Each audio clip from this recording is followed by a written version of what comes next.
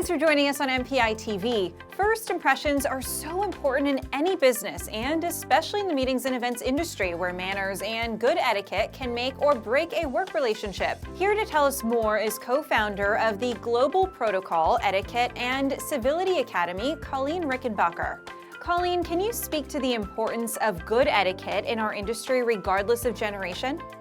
Good etiquette in our industry right now is so needed and necessary. It covers so many different areas. It could be good service, it could be customer service, it could be leadership, and just down to kindness. It doesn't, cost anything more. Just to service our clients a lot better, our customers a lot better. What it amounts down to is good training, good etiquette for everybody to do us, to service well, to service better. It actually could be the difference of losing a piece of business just because you may be not aware of different things in our industry. So be aware of etiquette, kindness, customer service. They're also critical and necessary. How can mentorship help bridge the gap between generations and their differences in social etiquette? Everybody, in my opinion, should have a mentor, because mentoring in the generations is so key. There's so many times when this experienced person in our industry can help the different generations coming up. Just think about when we were in that experience, in that time coming up, just that little bit of guidance would have helped that person out. And I wish I would have had that leadership. I wish I would have had that person. And my best advice is surround yourself with leaders. Extend your hand, or if you're that generation coming up, ask. You'd be amazed how people are out there willing to give you that guidance.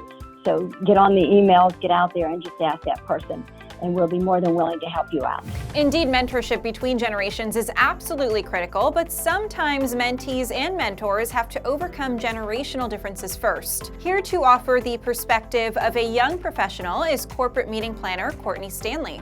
Courtney, one of these generational differences is that young people tend to build business relationships online via smartphones, while older people are more traditional in ways. What can we do as an industry to best understand one another outside of mentorship? What we can do as an industry to make sure that we're catering to both audiences and bridging the gap and really making sure that younger and more senior professionals are connecting is to provide more of a variety of opportunities to connect.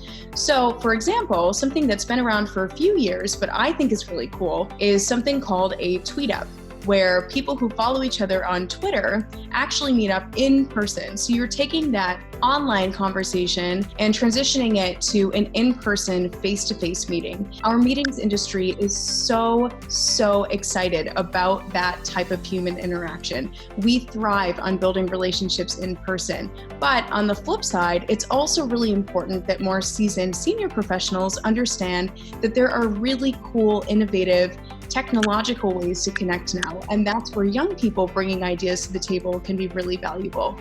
And as a young professional in the industry, how do you ensure you make a good first impression?